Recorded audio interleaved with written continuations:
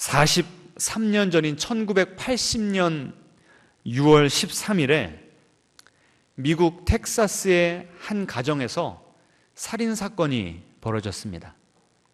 평소에 친구였던 여인 둘, 아기 엄마 둘이 그 집에서 대화를 나누다가 그 집주인 베티라고 하는 여성이 창고에서 도끼를 가지고 왔습니다. 그래서 그 집에 방문 온 캔디라고 하는 그 다른 여인을 죽이려고 한 겁니다. 둘이 몸싸움을 하다가 결국 캔디라고 하는 여인이 이 베티라고 하는 여성에게 먼저 그 도끼를 빼앗아서 충격을 가했고 결국 이 여인을 죽이는 살인사건이 벌어졌습니다. 정당방위를 인정받아서 무죄 선고를 받기는 했지만 이 캔디라고 하는 이 여인이 어떻게 이런 그 일을 저지를 수 있었는가 미국 전역이 경악하고 충격을 받았던 사건이라고 합니다. 왜 그런가 하면 도끼로 쳐서 죽였는데 41번을 쳐서 죽인 겁니다. 이 사건을 중심으로 이 사건, 이 현실, 이 실제 있었던 일에 기초해서 최근에 그 미국에서 드라마를 만들었습니다. 그 드라마의 제목이 Love and Death, 사랑과 죽음이라고 하는 드라마입니다. 1980년 6월에 이 살인사건이 일어났는데 드라마는 어디서부터 시작을 하는가? 1978년으로부터 시작이 됩니다. 이 두 여인 모두 남편과 자녀가 있었습니다. 그리고 더 충격적인 것은 이 두 가정 모두 같은 교회에 다니는 가정이었습니다. 이 살해당한 베티의 남편 앨런이 교회 대항 배구 시합에서 캔디라고 하는 그 여인과 한 팀에서 경기를 하고 있었는데요. 공이 오니까 서로 받으려고 하다가 사인이 안 맞아서 서로 못 본 거죠. 몸을 부딪혔는데 이 캔디라고 하는 여성이 저렇게 나가 떨어져서 넘어진 거예요. 그래서 그 앨런이라고 하는 남성이 손을 붙잡아 일으켜 주는데 둘의 시선이 마주친 겁니다. 그리고 여성은 그때 그 남자에게 매력을 느낀 거예요. 그래서 속으로만 가지고 있다가 망설이다가 어느 날 저녁 교회 행사 후에 성도들 다 가고 그 주차장에 둘이 남았는데 이 캔디가 앨런이라고 하는 다른 이미 아내가 있는 남자에게 마음을 고백합니다. 내가 이 말은 꼭 하고 싶었다고. 당신 생각을 많이 했다고. 당신한테 뭘 바라는지도 잘 모르는데 당신에게 끌린다고. 그 말만 하고 나와요. 그리고 또 시간이 흐릅니다. 앨런이 다른 남편이 있는 그 캔디의 말을 계속 곱씹어요. 회사에서 일하면서도 그가 한 말을 곱씹고 그 말을 했던 그녀의 그 입술을 생각을 합니다. 그리고 그 다음번에 만나서는 이 앨런이라고 하는 남자가 캔디에게 먼저 말을 겁니다. 지난번에 나에게 다가왔을 때 당신은 어떤 생각을 마음에 품고 있었습니까? 그러니까요, 이 캔디라고 하는 여성이 훅 하고 저와 바람 피워볼 생각 있으세요? 라고 물어봅니다. 그러자 이 앨런이라고 하는 남성이 안 될 것 같다고, 그래도 나는 내 아내를 사랑한다고, 내 아내가 전에 한번 바람을 피워서 내가 큰 상처를 받았기 때문에 나는 내 아내에게 그런 상처를 주고 싶지 않다고, 그리고 마침 내 아내 베티가 나의 아이를 임신했다고. 이성이 말하는 거예요? 내 마음이 말하는 거예요? 이성이 말하는 거죠. 근데 그렇게 이성적인 말로 딱 거절을 해놓고서는 갈 때 그 여인에게 키스를 하고 갑니다. 마음과 머리가 따로 노는 거죠. 어떻게 이렇게 잘하세요? 그리고 헤어졌는데 둘 다 서로를 향한 그 생각을 지워버릴 수가 없는 겁니다. 떨쳐버릴 수가 없어요. 그래서 서로 전화해서 우리 점심만 같이 먹읍시다. 교회 사람들끼리 점심 한번 같이 먹는 게 무슨 해가 되겠습니까? 그래서 만나서 교회 이야기도 하고 서로 살아가는 일상을 나눕니다. 그러면서 점점 서로에게 이끌리는 것이죠. 그래서 결국은 둘이 불륜을 저지르는 거예요. 1978년 여름에 첫 그 배구에서 서로 만나면서 손을 잡아준 그것이 흐르고 흘러서 결국 잠자리를 같이 하는 것이 언제였냐면 1978년 12월. 그러니까 거의 한 5개월, 6개월이 흐른 겁니다. 이 캔디라고 하는 여성을 쭉 보여주는데요, 남편이 회사에서 일 끝나고 오면 TV 앞에 붙어가지고 그냥 그거 보면서 낄낄대는 겁니다. 아내에게 눈길을 한번 주지 않아요. 그리고 이 아내가 삶이 무료하니까 글쓰기 교실에 가가지고 시를 썼는데 그거 좀 봐달라고 건네줬는데 건성으로 읽고 말아버립니다. 이 여성의 마음에는 이 외로움, 남자의 사랑을 받고 싶은 그런 욕구가 있었던 것이죠. 그러면서 무슨 얘기를 하냐면요, 나는 이 정도의 삶으로는 만족할 수가 없다는 거예요. 모범적인 아내와 모범적인 엄마로 살았지만 내가 그렇게 살아온 것에 대한 보상이 아무것도 없다는 거죠. 그러면서 영어로 I just wanna enjoy myself, 내 인생을 좀 즐기면서 살고 싶다는 거예요. 즐길 권리가 있다고. 근데 이 말을 누구에게 하냐면요, 그 감리교회의 담임 목사님이 여자 목사님이었거든요. 근데 둘이 되게 친합니다. 속 얘기까지 하는 사이예요. 그래서 그 목사님이 신방 왔는데 거기다 대고 그 얘기를 하는 거예요. 그래서 그 목사님이 나중에 분명히 후회합니다, 하지 마세요. 근데 그 소리가 들렸을까요? 안 들렸을까요? 안 들리는 거예요. 끊임없이 이미 내 속에는 정당화 작업이 이루어지고 있었던 것입니다. 왜 나는 그 알란이라고 하는 남자와 그 불륜을 해도 되는지, 할 수밖에 없는지, 이것에 대한 정당화 작업이 이루어지는 거예요. 너무나 둘이 함께하는 시간이 달콤한 것이었습니다. 그래서 결국은요, 둘이 얼마나 신중하게 접근을 하냐면, 이 바람을 피울 때 좋은 점과 나쁜 점은 무엇인가, 장점과 단점의 리스트를 쭉 만듭니다. 그리고 우리가 실제로 바람을 필 때는 이런 일은 하고 이런 일은 하지 맙시다, 호텔비는 반반씩 내고 무엇은 하지 맙시다, do's and don'ts를 서로 딱 붙여놓고서 대화를 하는 장면이 나와요. 근데 그 중에 don'ts, 이런 일은 하면 안 됩니다라고 하는 것 중에 하나를 보고 제가 낄낄 웃었습니다. 뭐가 나오냐면, 교회에서 봉사하는 시간은 줄이면 안 된다. 기가 막혀가지고. 여러분, 제가 이것이 실화가 아니면요, 여러분에게 나누지 않습니다. 아니, 여러분 이미 안방에서 불륜 드라마 얼마나 많이 보십니까? 이제는 불륜 드라마 놀랍지도 않잖아요. 근데 이게 같은 교회에서 일어난 일이기 때문에 주님의 일을 하는데 방해받지 않도록 불륜을 조심해서 해야 된다는 거예요. 그러면서 서로가 서로에게 감정적으로 너무나 빠지면 그때는 우리가 관계를 정리하자. 그것까지도 이제 넘버 원, 이 don't에 대한 그 룰로 써놨습니다. 이렇게 관계가 몇 개월 지속되다가 이제 서로가 각자의 배우자에게 이제 좀 미안함과 죄책감을 느끼게 되고요. 이 앨런이라고 하는 남자는 베티와 함께 이 결혼 치유 세미나 이런 데를 이제 다녀옵니다. 그러면서 오히려 둘의 사이가 돈독해지고 이제 관계를 이제 정리를 했습니다. 그런데 문제는 무언가, 이 베티라고 하는 여인, 이 앨런의 아내인 베티라고 하는 여인이 뒤늦게 내 남편이 캔디라고 하는 내 교회 친구와 바람을 폈다는 것을 알게 된 거예요. 엄청난 배신감과 이 캔디라고 하는 여인을 향한 분노가 끓어오르게 되죠. 그리고 이 캔디라고 하는 여인은 베티라고 하는 원래 그 부인이 내가 그래도 서로 정이 붙잖아요.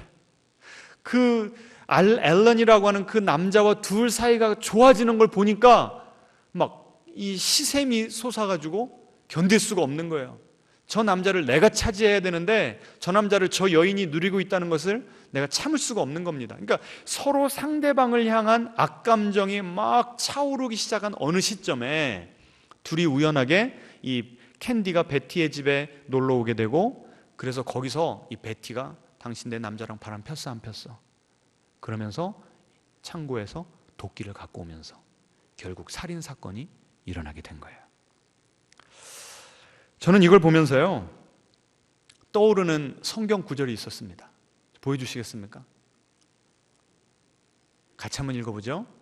욕심이 잉태한 즉 죄를 낳고, 죄가 장성한 즉 사망을 낳느니라.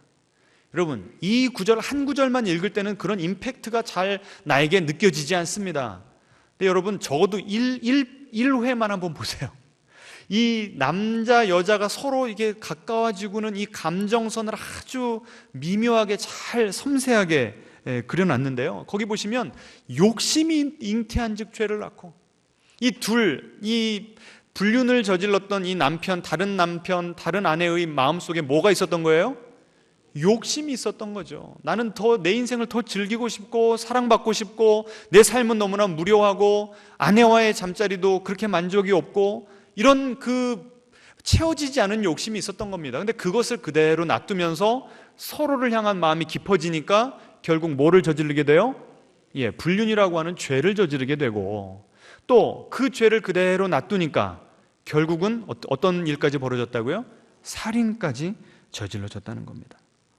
이게요, 78년 여름에 시작해서 78년 여름에 처음 만나서 이 욕심이 잉태하게 되었고, 78년 겨울이 되니까 실제로 죄를 짓기 시작했고, 결국 80년 6월이 되니까 살인을 저지르게 된 거예요. 이게 하루아침에 일어난 것이 아닙니다. 당신 나랑 불륜 저지를래요? 바람 펴볼래요? 하니까 남자가 처음에는 어떻게 했다고요?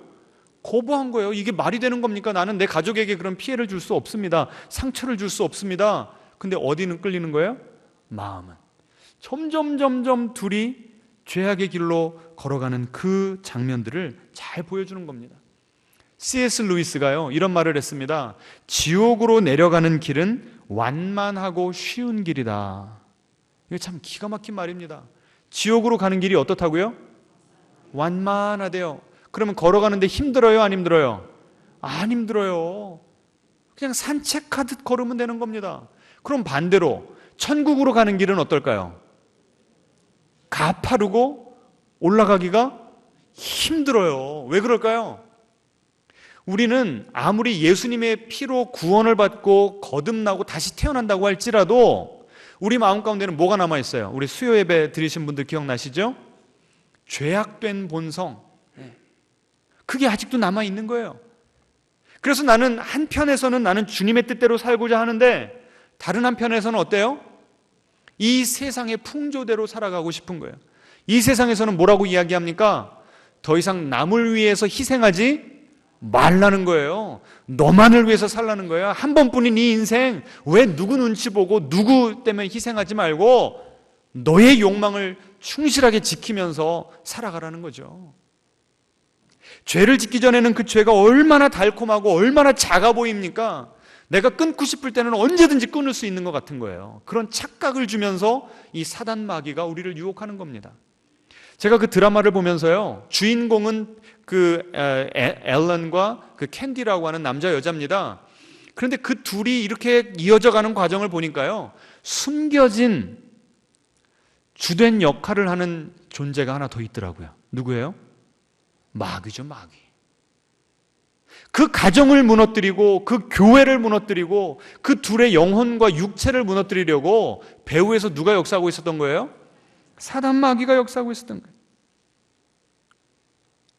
이거를 우리가 떨쳐내고 이겨내고 영적 승리를 하면서 가파른 이 천국으로 가는 길을 올라가야 되는데, 그걸 못해서 이 캔디와 앨런, 이 가정, 이 교회는 너무 어려운 그 비극적인 일들을 겪게 되었던 것입니다. 저는 오늘요, 이 불륜에 대한 이야기를 하는 것이 아닙니다. 성적인 범죄에 대해서 이야기하는 것이 아닙니다. 뭐에 대해서 이야기하는 거예요? 우리의 마음에 대해서, 우리의 마음.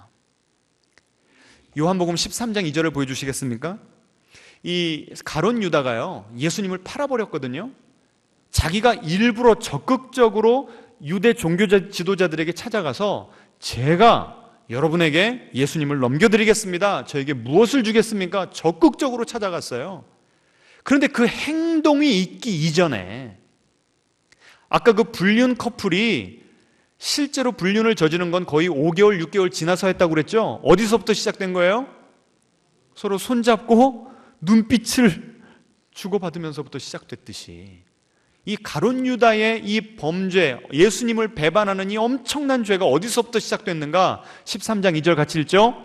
마귀가 벌써 시몬의 아들 가룟 유다의 마음에 생각을 예수를 팔려는 생각을 넣었도다. 여러분, 이 말을 잘 이해해야 됩니다.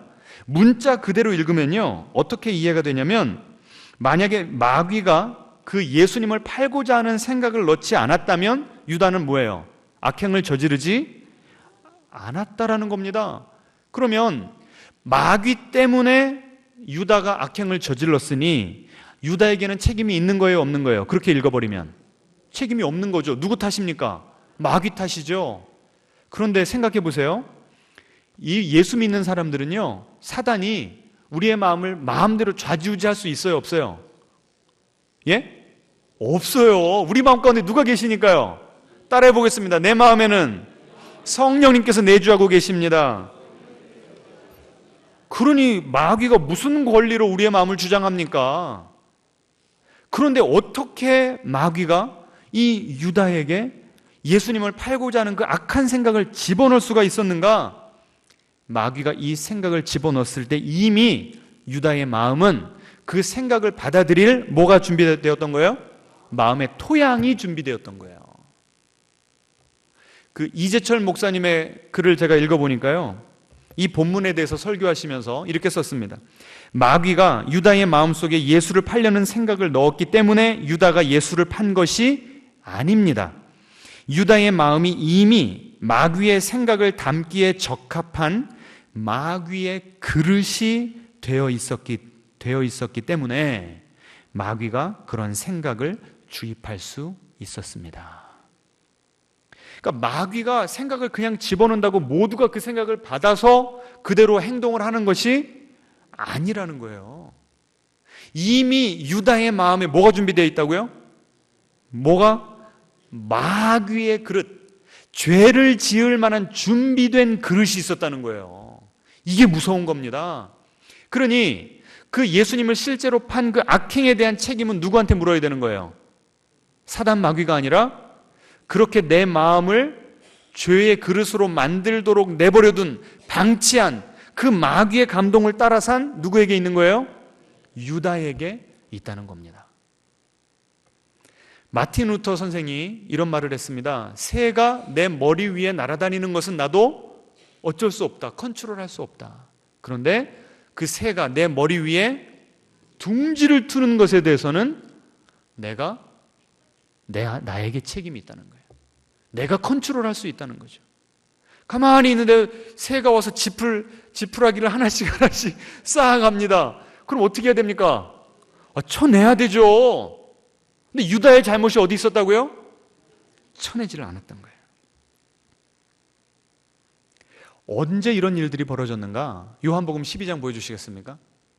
이 요한복음 12장에 보시면 이 마리아가 예수님의 은혜가 너무 감사해서 예수님을 사랑하는 마음이 너무너무 극진해서 귀한 이 향유 옥합을 깨트려 버립니다. 그래서 한꺼번에 그 예수님에게 다 쏟아부어요. 그리고 그 예수님의 발을 자신의 머리로 다 이렇게 닦아줍니다. 그러니까 제자들이 그걸 보고 노발대발합니다. 낭비했다고. 근데 여러분, 원래 사랑은 낭비입니다. 내가 사랑하는 사람한테 뭘 해주려는데 자꾸 계산이 된다. 그럼 그 사람 사랑하는 거 아니에요. 아멘이십니까? 너무 오래전이라 기억이 잘 안 나십니까? 이 마리아가요, 예수님을 향한 사랑이 막 넘쳐나니까 계산이 안 돼요. 그래서 깨뜨린 옥합의 그 가격이 300데나리온이었다라고 말합니다. 한 데나리온이 일용직 노동자가 하루 버는 품삯이에요. 요새 얼마 봅니까? 한 10만 원만 쳐도 얼마를 쓴 거예요? 3천만 원 쓴 거예요. 3천만 원. 그 3천만 원이면 가난한 사람들 몇 명을 먹여 살릴 수 있는데 그러냐고 막 일장연설을 하면서 그 마리아를 꾸짖은 사람이 있었는데 그 사람이 누구였을까요? 가룟 유다였어요. 그러면서 요한이 다 이 모든 사건이 지나간 다음에 가룟 유다가 그때 그래서 그 말을 했구나, 그 진심을 파악하고는 이렇게 써놨습니다. 같이 읽죠? 이렇게 말함은 가난한 자들을 생각함이 아니요, 그는 도둑이라 돈꾀를 맞고 거기 넣는 것을 훔쳐감이러라. 이 가룟 유다에게는 어떤 마음이 있었다는 거예요? 탐심, 물질에 대한 욕심이 있었다는 거예요. 여러분, 예수님께서 여행을 다니실 때 가는 데마다 기적을 베푸시니까 그 병 고침 받은 사람들이 너무 감사해가지고 먹을 것도 갖다 주고 돈도 갖다 주고 막 한 겁니다. 그럼 그걸 누군가는 관리를 해야 되지 않겠습니까? 예수님이 누구에게 맡기신 거예요? 가룟 유다. 아무에게나 맡길 수가 있는 게 아니죠. 누구에게 맡겼을까요? 믿을 만한 사람에게. 예수님은 가룟 유다를 신뢰했습니다. 중요한 직책을 맡긴 거예요. 그런데 그 물질을 본 순간 무슨 생각이 든 겁니까? 욕심. 내가 이 물질만 가지면 행복하겠구나. 예수님 이용해서 예수님이 점점 유명해지니까 내가 더 많은 물질을 내가 횡령할 수가 있겠구나. 그 300데나리온을 만약에 팔아서 헌금을 했으면 그 중에 내가 얼마라도 내가 빼냈을 텐데 그걸 한꺼번에 다 낭비를 해보니까 화가 났다는 거예요. 그걸 뭘로 정당화했다고요? 가난한 자들을 도와줘야 된다는 사회 정의로 정당화했다는 겁니다. 그러니까 이미 지금 그 정도까지 되면 이 유다의 마음은 사단에게 많이 내어준 겁니다. 이미 점령당한 거예요. 사단이 어떤 생각을 주어도 받아들일 수 있도록 지금 사단을 향한 옥토가 된 거예요. 주님을 향한 옥토밭이 돼야 되는데 사단을 향해서 옥토밭이 돼버린 거예요. 여러분, 오늘 이 설교를 들으시면서요, 우리 마음밭을 좀 점검해 보시기를 바랍니다.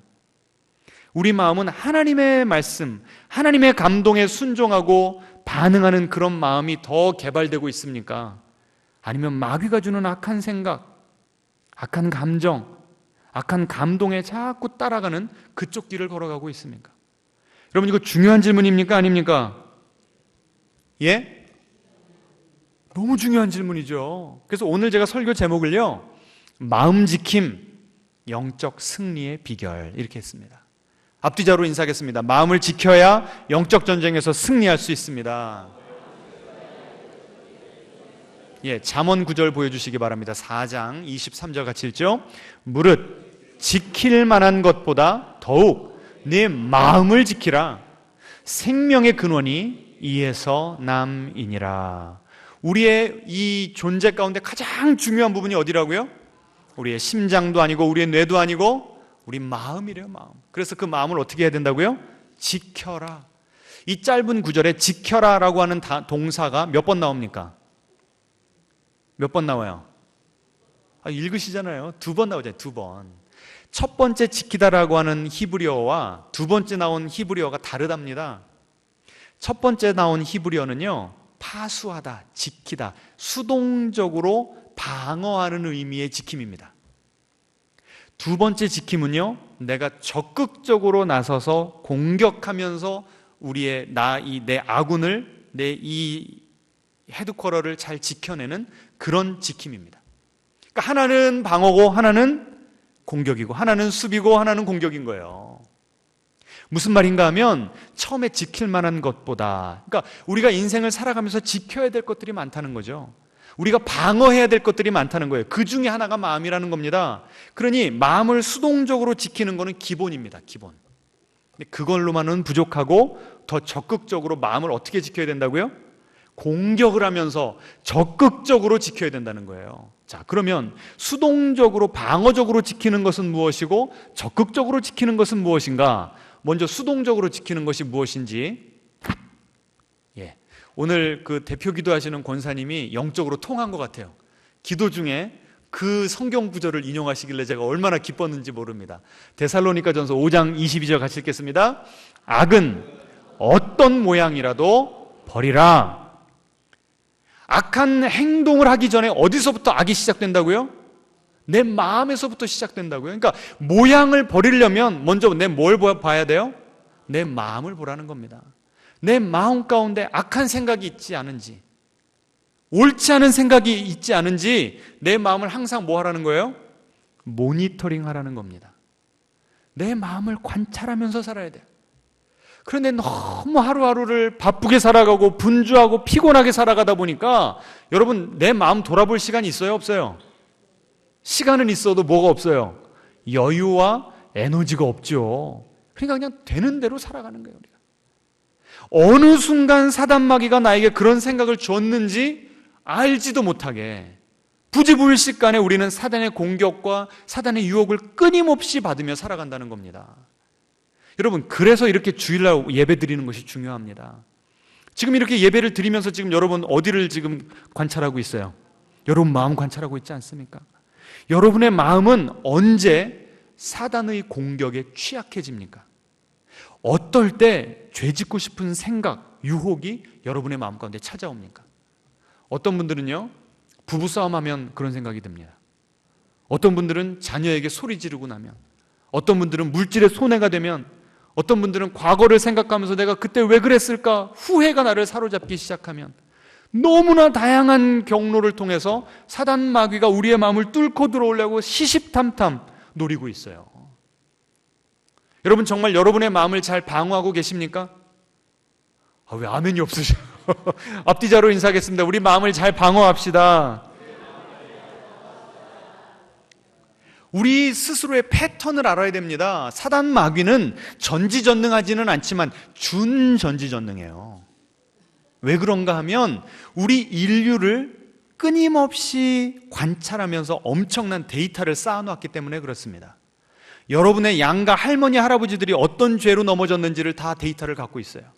여러분의 어머니 아버지가 무엇으로 넘어지고 쓰러졌는지, 그리고 여러분 스스로는 과거에서부터 어떤 상처, 어떤 아픔, 어떤 억울함 다 데이터를 갖고 있어요.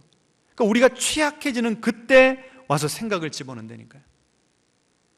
이제 좀 정신이 바짝 나십니까? 너무나 중요합니다. 자, 그러면 적극적으로는 어떻게 해야 되는가? 그 다음 구절 보여주세요. 같이 읽겠습니다. 여러분의 생각을 참된 것과 선한 것과 옳은 일에 단단히 메어두십시오. 무슨 뜻입니까? 우리 생각을 그런 좋은 것에 메어두지 않으면 나도 모르게 그냥 이렇게 흘러가 버린다는 거예요. 우리 마음에는 죄의 중력이 작용하기 때문에 가만히 있으면 죄 짓고 싶은 생각, 거짓된 것, 더러운 것, 음란한 것, 그릇된 생각으로 자꾸 우리가 끌려 들어간다는 거예요. 계속 읽죠. 순수하고 사랑스러운 것을 생각하고 남의 아름답고 좋은 점을 보도록 하십시오.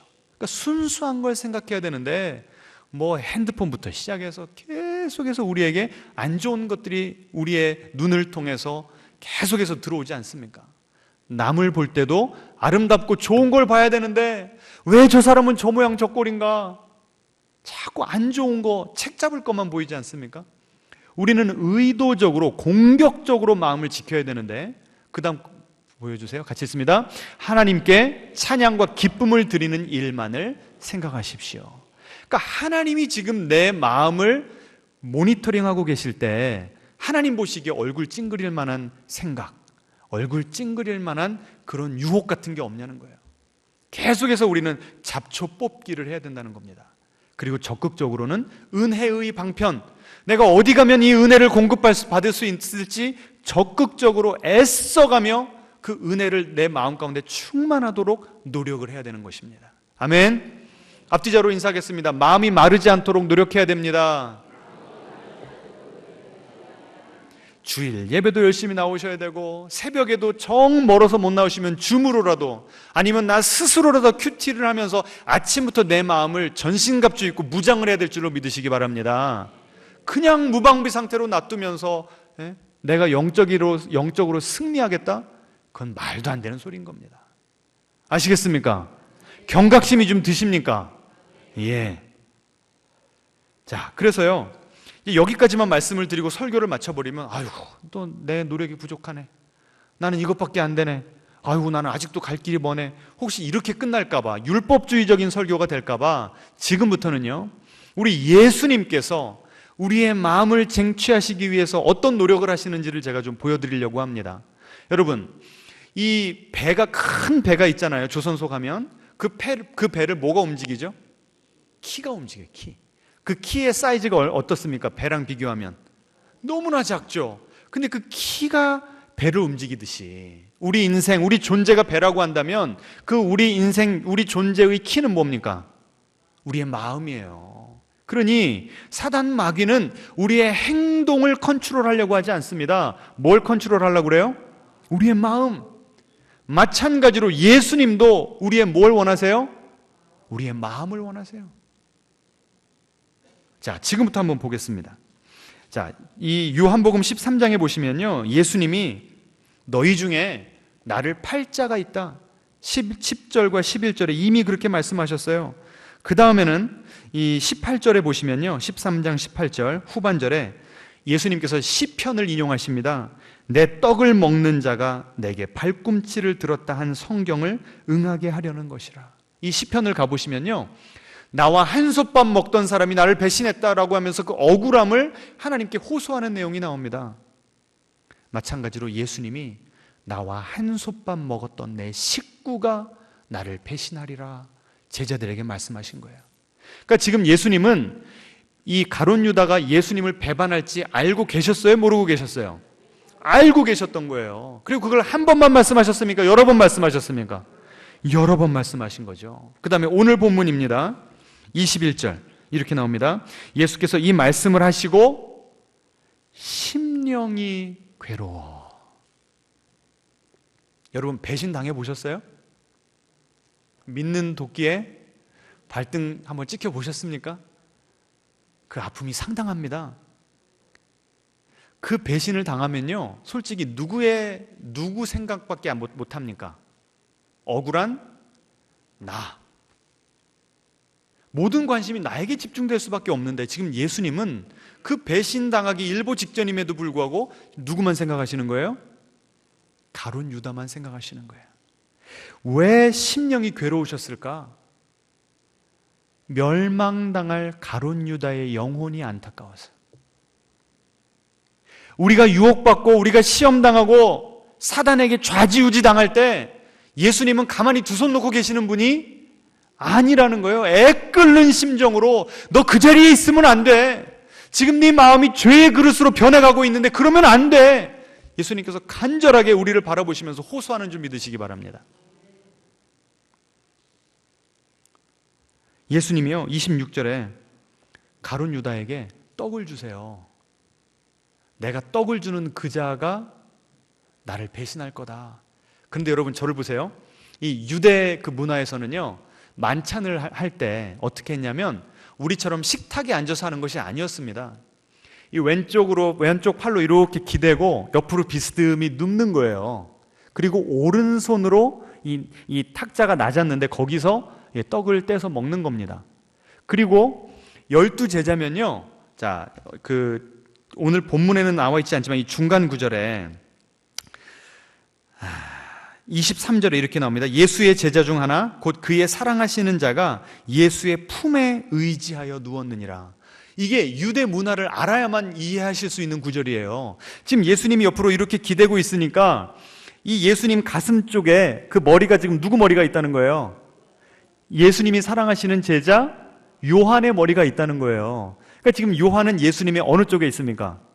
오른쪽에 있는 거죠. 그런데 요한이 예수님의 귀에다 대고 예수님, 누가 예수님 발 거예요? 저한테만 좀 알려주세요. 워낙 둘이 관계가 돈독했으니까. 그러니까 예수님이 뭐라고 말씀하세요? 내가 이 떡을 주는 자가 나를 팔 것이다 라고 하면서 곧바로 줬다고 나옵니다. 만약에 가룟 유다가 저 멀리 있으면 어떻게 줘야 돼요?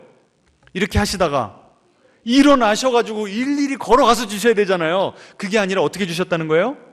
이렇게 준 거예요. 그럼 가룟 유다는 예수님이 어디 옆에 비스듬히 누워 있었을까요? 왼쪽에. 예수님이 일부러 의도적으로 너희들 여기 앉아라 순서를 정해주시면서 한쪽에는 가장 사랑하는 제자 요한을, 다른 쪽에는 나를 배신할 가룟 유다를 앉혀놓으신 거예요. 왜 그랬을까요? 아까 요한이 예수님과의 거리가 얼마 정도 됐다고요? 가슴이면 곧바로 한 20cm도 차이가 안 나요. 그럼 예수님도 지금 누구의 가슴에 있는 겁니까? 예? 유다의 가슴에 있어요. 그러면 예수님이 떡을 줄 때 예수님이 어떻게 하실까요? 이렇게 해서 주시면서 유다의 눈과 예수님의 눈이 마주치는 거예요. 내가 이 떡을 주는 자가 나를 팔리라. 그러면서 예수님이 주시면서 눈을 마주친 거라니까요. 예수님의 시선이 어땠을까요? 옆을 막 째려보면서 막 인상을 쓰셨을까요? 제가 이거 묵상하다 은혜를 받았습니다. 예수님의 눈에 눈물이 그렁그렁 맺혀 있으셨을 것 같아요. 이건 사실은 아닙니다. 하지만 제가 묵상하던 가운데 상상을 한번 해본 거예요. 예수님께서 다른 복음서에 유다를 보면서 뭐라고 말씀하셨죠? 너는 차라리 태어나지 않는 것이 더 좋을 뻔했다.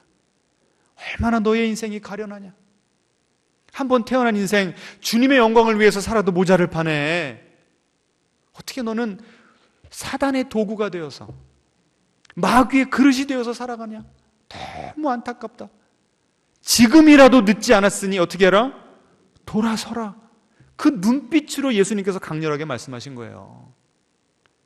그런데 유다는 어땠습니까? 그걸 보고서도, 그 예수님의 사랑의 애처로운 간절한 눈빛을 보고서도 어땠어요? 여전히 마음을 강팍하게 했어요.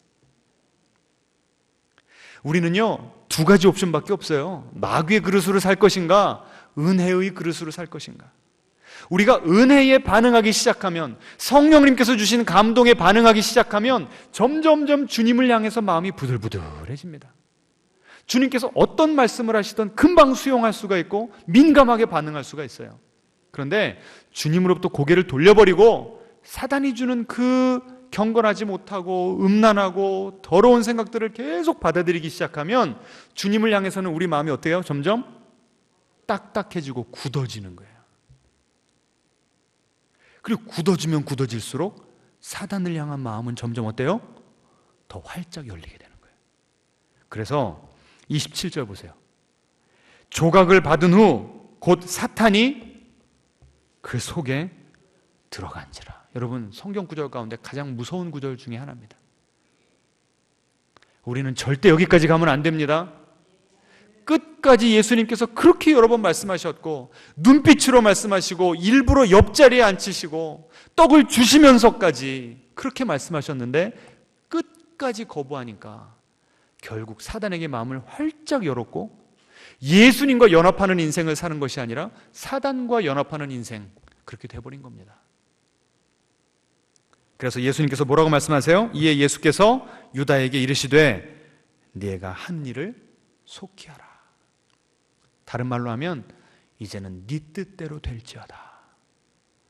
C.S. 루이스가 이런 말을 했다고 그랬죠. 천국은 누가 가는가? 주님을 향해서 주님 당신의 뜻이 이루어지기를 원하나이다. 그런 사람들은 천국 간대요.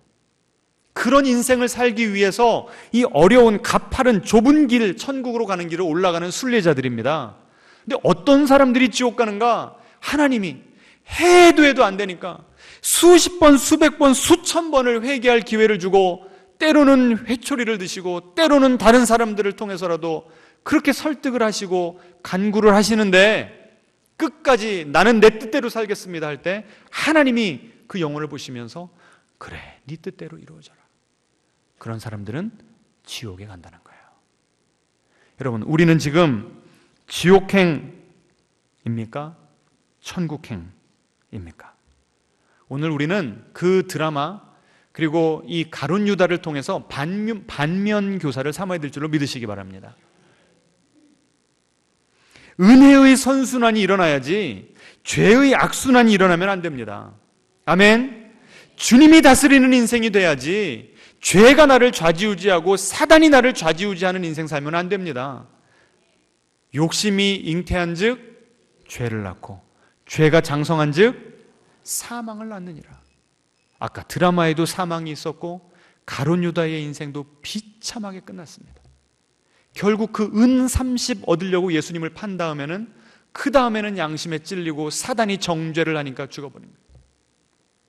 예수님은 어떻게 하시든지 우리를 살리려고 하십니다. 우리가 다시 숨을 쉴 수 있도록 우리의 존재가 얼마나 존귀한지, 그리고 내일이 있음을 우리에게 소망을 주시면서 우리를 살려주세요. 아멘. 그런데 사단의 말을 듣기 시작하면요, 사단은 우리를 죽입니다. 우리가 숨을 쉴 수 없게 만들어요.